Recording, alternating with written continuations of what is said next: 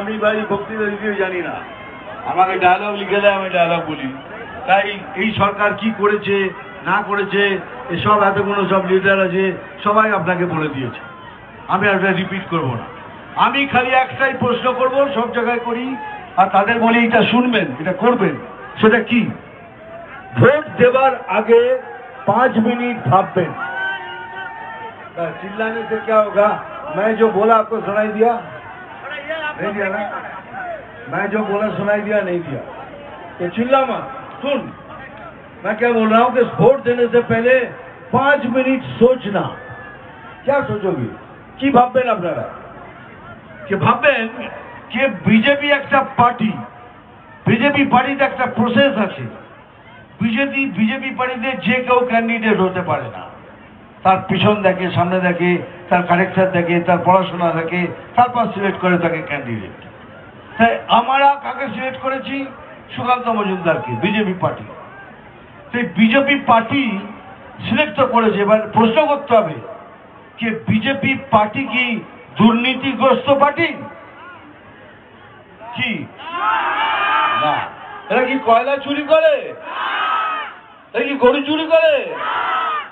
এরা কি বালি চুরি করে? এরা কি কি বলে বিদ্যা চুরি করে? এরা রেশন পর্যন্ত চুরি করে। এই জন্যই ওরা একটা সৎ লোক সুকান্ত মজুমদারকে আমরা চুজ করেছি এই ক্যান্ডিডেট হিসেবে।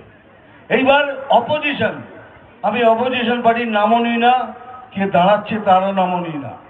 তার প্রশ্নটা আপনাকে, কি অপোজিশন পার্টি একটা দুর্নীতিগ্রস্ত পার্টি, হ্যাঁ কি না?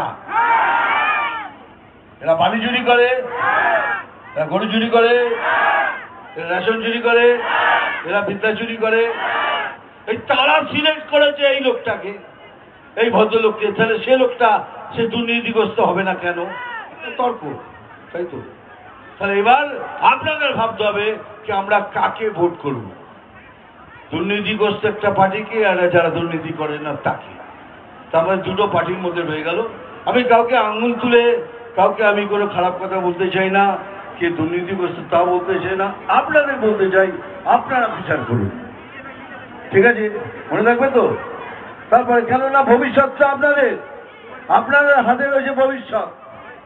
আপনার নাতির জন্য আপনার ভবিষ্যৎ ভাবতে হবে, আপনার ভাই বোন, আপনার মেয়ে, তার ছেলে মেয়ে, তাদের ভবিষ্যতের কথা ভাবতে হবে। সেই ভবিষ্যতের কথা ভেবে বিজেপিতে নাম লেখান, বিজেপিকে ভোট করুন।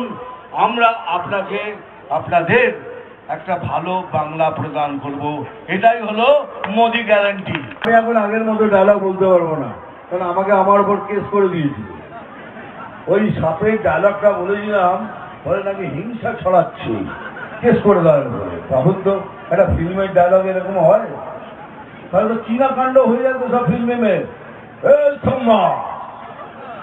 গড়গড় কাট দেবো না রে, ওখানে তারা গড়গড় দিচ্ছে, একটা সাপের কথা বলছি, বলছে আমি হিংসা হচ্ছে।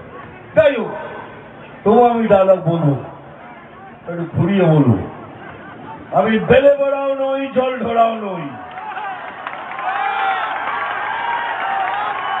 আমি জল ঢোড়াও নই, বেলে বড়াও নই, আমি এমন এক সাপ, ছোট ছোট ইঁদুর খুঁজে বেড়াই।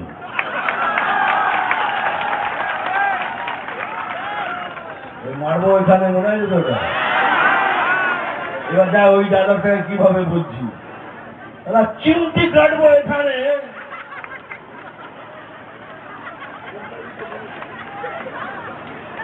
চিমটি কাটবো এখানে, আর লাল পিঁপড়ের মতো চলবে এখানে সেখানে সেখানে। নাম তুফান, বছরে একবার আসি, এইবার প্রত্যেক বছর আসবো তোমাদের সাথে দেখা করার জন্য। দেখো, লাস্ট টাইম আমি এসেছিলাম আর কথা দিয়েছিলাম আমি আবার আসবো। আমি আমার কথা রেখেছি, দেখো আবার এসেছি। এই জন্যই বলছি, এখানে অনেক কিছু হয়েছে, সুকান্তদা অনেক কিছু করে দিয়েছে। তোমাদের এখান থেকে দিল্লি পাঠিয়ে দিই, এখানে আমি জানি, আমি এখানে এর আগেও এসেছি, কিন্তু মালদাতে নেবে আমার গাড়ি করে এখানে আসতে হচ্ছে। এখন সোজা এখান থেকে দিল্লি, সোজা এখান থেকে শিয়ালদা, সব করে দিয়েছে। কিন্তু একটা এখনো হয়নি। তো সুকান্ত দা, এই বুনিয়াদপুর থেকে কালিয়াগঞ্জ এটা আপনি এসে কথা দিন, এটা আমার জন্য আপনি করে দেবেন। হাত তুলে বলছেন দাদা জিতে আসলে পরে প্রথম এটা করবো, তাই তো? এই বুনিয়াদপুর থেকে কালিয়াগঞ্জের লাইন, রেল লাইন বলছেন আমি জিতে বলে প্রথম এই কাজটা করবো। ধন্যবাদ আমাকে কথা দেওয়ার জন্য, আমার ভাই বোনদের কথা দেওয়ার জন্য ধন্যবাদ। ভালো থাকবেন। আরেকবার বলে রাখি, আমি খবর দেখি না, খবর পড়ি না, আমি শুধু খবর তৈরি করি। তুই যেতে হবে ভাই, 1.5 ঘন্টার এয়ারপোর্ট। আবার আসবো, কথা দিলাম, আবার বলবো। জয় শ্রীরাম।